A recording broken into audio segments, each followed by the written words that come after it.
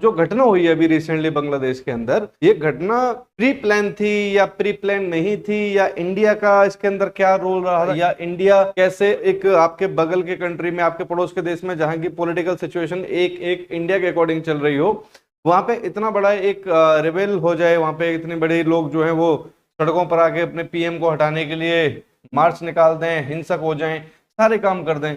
और कहीं ना कहीं ये अपनी इंटेलिजेंस का एक फेलियर रहा कि हमारे लोगों को, हमारे गवर्नमेंट को, हमारे एजेंसीज को इसकी भनक तक नहीं लगी। जबकि फैक्ट ये है कि ये जो घटना हुई है 5 अगस्त को, तो 3 और 4 अगस्त, लगभग 3 को भी और 4 को भी, दोनों दिन जो हमारे वहां पर जो हमारे एम्बेसडर थे इंडिया की तरफ से, जो बांग्लादेश की एम्बेसी को जो देख रहे थे, जो वहां पर रुके हुए थे, वो 2 दिन लगातार जाके बांग्लादेश की प्राइम मिनिस्टर शेख हसीना से मुलाकात करते हैं। यानी कहीं ना कहीं हमारे एडमिनिस्ट्रेशन में या हमारे विदेश मंत्रालय के अंदर इस चीज की खबर थी कि हाँ, कुछ गड़बड़ शायद बांग्लादेश के अंदर चल रही है, कहीं ना कहीं ये चीजें उसके अंदर चल रही थी। लेकिन फिर अचानक से 5 अगस्त को क्या होता है कि 5 अगस्त को तकरीबन 5 लाख लोगों की भीड़ ढाका में इकट्ठी होती है, और वो अपने आंदोलन के द्वारा ढाका के पीएम को वहां से हटाने के लिए, उनको वहां से भागने के लिए मजबूर कर देती है। अब ये जो सारी कहानी आई, ढाका की कहानी हो या 5 अगस्त की कहानी हो या 5 लाख लोगों की कहानी हो, इसमें एक बात है जो बार बार निकल के आती है, सामने आती है, वो ये है कि ढाका की यहां ये बात कर रहे हैं, तो ढाका के अंदर सबसे पहले 5 लाख लोग इकट्ठे हो रहे हैं। टोटल आबादी 17 करोड़ है बांग्लादेश की, टोटल आबादी है वहां की 17 करोड़, ठीक है। और इन 17 करोड़ में से पुलिस और आर्मी वगैरह मिला के तकरीबन है 2 से 2.5 लाख, राइट। और जो प्रदर्शन कर रहे हैं वो लोग हैं टोटल 5 लाख। अब सोचने वाली बात यह है कि 2.5 लाख लोग रोकने वाले हैं, 5 लाख लोग जो हैं वो इसको प्रदर्शन कर रहे हैं, है ना, ये सारी की सारी चीजें चल रही हैं। और अचानक से क्या होता है कि 5 अगस्त की सुबह 8 साढ़े 8 बजे तक सब ठीक था, लोग ढाका में जमा होना स्टार्ट हो जाते हैं, सारी चीजें अकॉर्डिंगली वैसे चल रही थी जैसा वो लोग चलाना चाहते। और इसके अंदर जो सबसे बड़ा जो योगदान रहा, जो रोल रहा है ढाका के अंदर या बांग्लादेश के अंदर, जो भी सत्ता पलट हुई है या जो तख्ता पलट हुआ है, इसके अंदर जो सबसे बड़ा रोल रहा है वो आज भी किसका रहा है? स्टूडेंट्स का।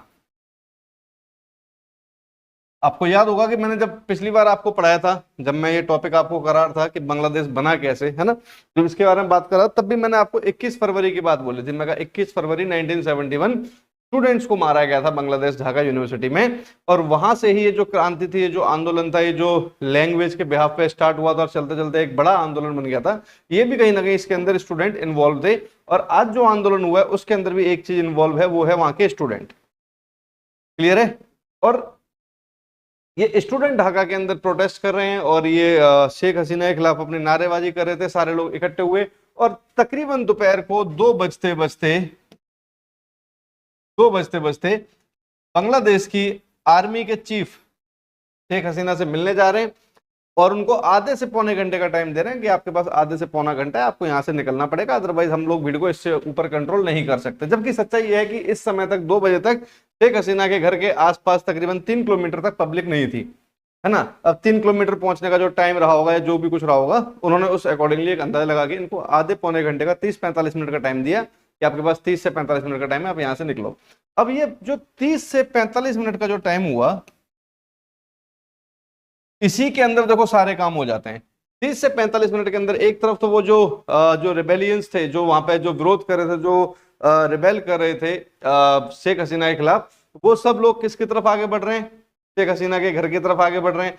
और दूसरी चीज क्या निकल के आ रही है कि 30 से 45 मिनट के अंदर शेख हसीना इंडिया को कांटेक्ट भी कर लेते हैं, ठीक है, इंडिया से इमरजेंसी लैंडिंग की बात भी कर लेते हैं, बात हो जाती है, मंजूरी मिल जाती है, सारी चीज हो जाती हैं। और यहाँ पे आर्मी के हेलीकॉप्टर से वो बांग्लादेश यानी कि ढाका से इंडिया के अगरतला में पहुंच जाती हैं।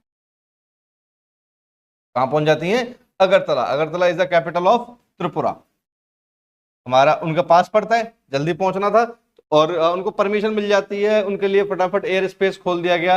ये सारी चीजें इतनी जल्दी कर दी गई कि इंडिया के हाई कमान, क्योंकि देखो आप किसी कंट्री के लिए एयर स्पेस खोल रहे हो या कोई कंट्री आपसे असाइलम मांग रहा है, कुछ भी हो रहा है, इन सब चीजों को थोड़ा सा टाइम लगता है मैनेज करने में, लेकिन इंडिया ने सारे के सारे काम फटाफट किए।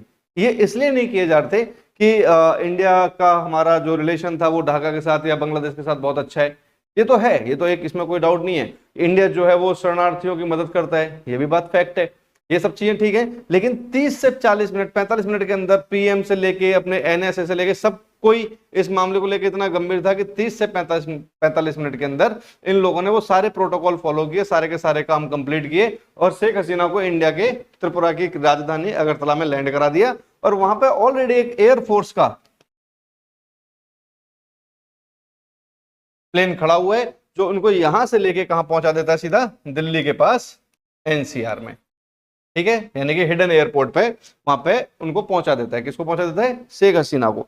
और ये सारे का सारा काम यहाँ पे 30 से 45 मिनट में हो जाता है। लेकिन अभी हम इसको माने या ना माने, पर ये जितनी घटना जो बांग्लादेश के अंदर हुई है और आगे चल के जो भी यहाँ के रिजल्ट के तौर पर हमें देखने को मिलेगा, कहीं ना कहीं ये सब जो है ये हमारा एक इंटेलिजेंस का, नेटवर्किंग का एक फेलियर है कि हमारे पड़ोस के देश में जहां की पॉलिटिक्स, जहां का कल्चर, जहां का ट्रेडिशन सब कुछ इंडिया को इफेक्ट करता है, क्योंकि हमारा पड़ोसी देश है।